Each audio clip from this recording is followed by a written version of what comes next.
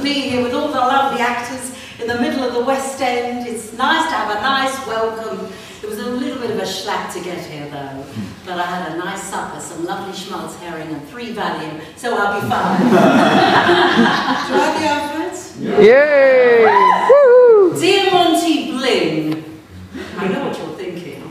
I look like that Sharon Osbourne. It's the hair. I go to a glorious salon.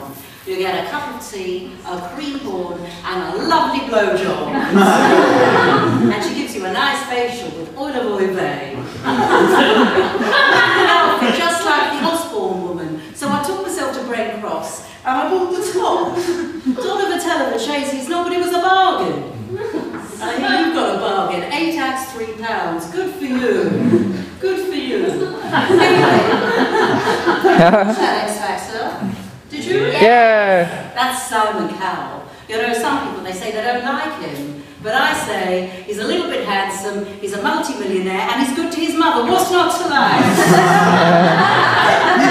Anyway, I've just come back from a holiday. It was a lovely break. I took 3 suitcases. One for the day, one for the evening, and one for the medicines. I bumped into my neighbour, Becky Simperstein. She says to me, Sadie, you look marvellous, you're so proud, where you been? I said, Marbella. Marbella, she says, where's that? I don't know, I flew. And on the plane, the steward with his suntan, his nice white teeth, he comes up to me, he says, Mrs. Goldberg, would you like dinner? I said, what are my choices? And he says, yes or no. Take that from a man with an earring. I enjoy my trips, my family, and my daughter Linda. I said to her, Linda, why don't you go to that nice youth club in Hendon? You might meet someone. She says, I'm 34, I'm not so youth. She's 34, not married, we don't talk about it. There must be someone here for my Linda. Someone. What about you, dear? You look nice, you're handsome. I'm dating a stripper at the moment. You're dating a stripper? Yes. Oi, Brock, I might faint. You shouldn't say these things to me. What about you with your nice glasses? You're gorgeous. What do you do for a living? You mend screwdrivers. It sounds very dangerous. Do you make a lot of money? No. You don't. What can you do? You've got nice eyes. And you've got lovely hair. You've got a bit of dandruff. I don't know. You're going to feel so much better. You feel better already. And the thing is, oi, Brock, where's my thing? You look so nice and look. There we go. Now do you feel nice, dear? You feel much better, good. Well, the thing is, you know, my Linda, she's got lovely hair. And there's nothing a good orthodontist and a took a stuck who can fix. Last Tuesday, I gave her on the phone to a friend. She said she's going to buy herself a rampant rabbit. And who's going to be the one cleaning out the cage? So out she goes, back she comes 1 hour later, asking for 3 AAA batteries that I've hardly seen her since. There's my son David, a solicitor, thank God. He's so well turned out with nice nails. He's always going out with his friend, who's got a tattoo, tight jeans and a nicely ironed shirt. They go to this club in Earl's Court. They never meet any nice girls. Still, they both have good taste in music.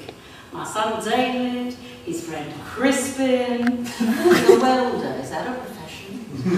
Anyway, they sit on the sofa with me, they listen to all my favourite shows. They know the words better than I do. David even went to a party dressed as Kylie Minogue. Is she Jewish? She should be Salafi. Anyway, I'm sitting at Gloria's salon, having the latest beauty treatment, and anal bleach. With your nails done at the same time. And she says to me, next week I can have a Brazilian. I said, no, Gloria, I want you to do it. I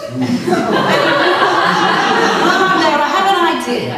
I'll have a dinner party, I'll invite Jason for Linda. He lives down the road with his mother, and he's single.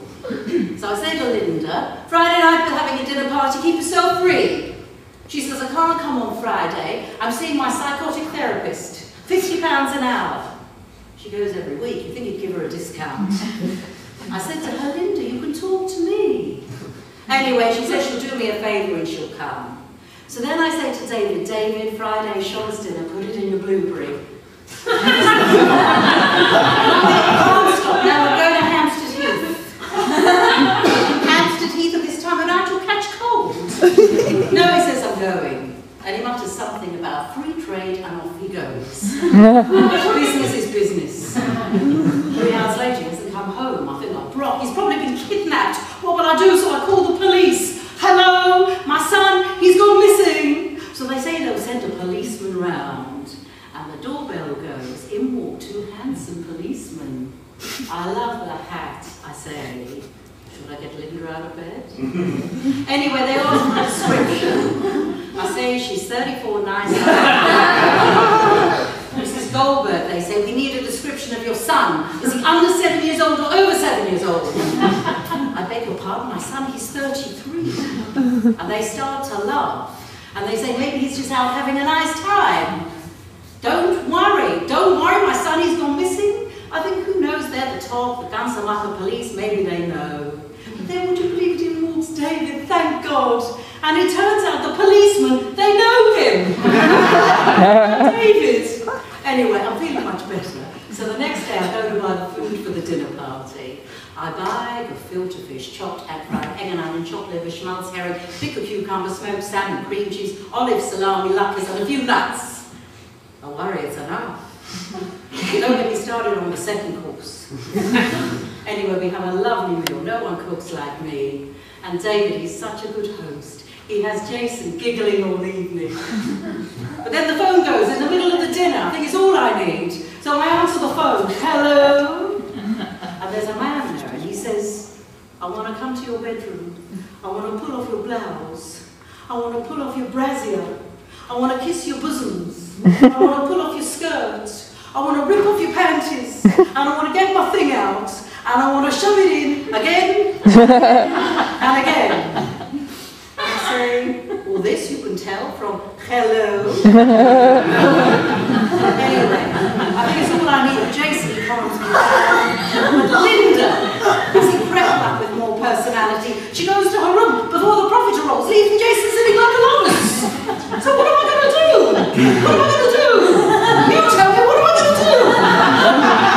I tell you what I'm going to do. I've made a decision. I'm going to have a nervous breakdown.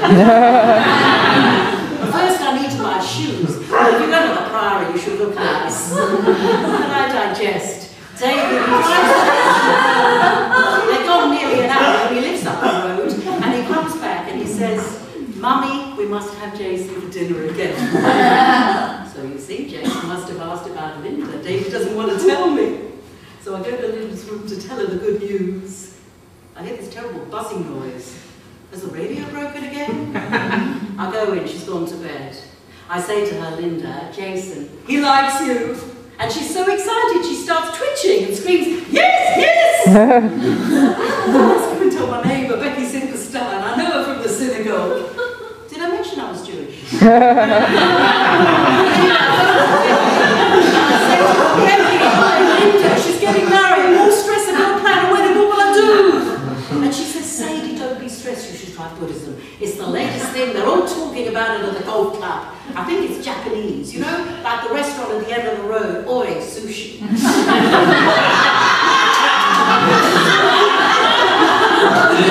My time of life. But I like the idea of reincarnation. You die, you go to sleep, you come back, and Jewish people, they make lovely ghosts. It's all the wailing. And maybe she says, well, if I do the Buddhism, I don't have to suffer. I say, I beg your pardon, I like to suffer. Anyway, what can I tell you? Becky, she's had a fair share of suffering. She got a call from her headmasters, from her grandson. The grandson, he's going to be expelled. She says, my dad, he never does a thing wrong. What can he have done so wrong to be expelled? And they said, I'm sorry, we caught him playing with his genitals.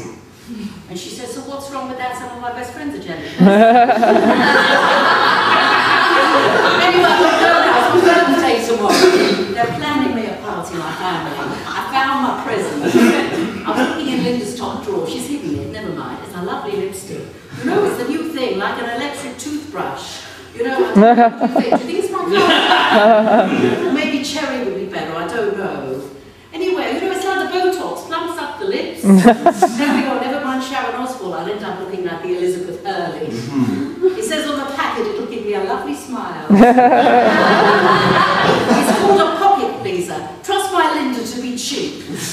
Anyway, you've been a lovely audience. Thank you for listening. I'll put you back to my lovely compere, Rob. Comedy. Is that a profession?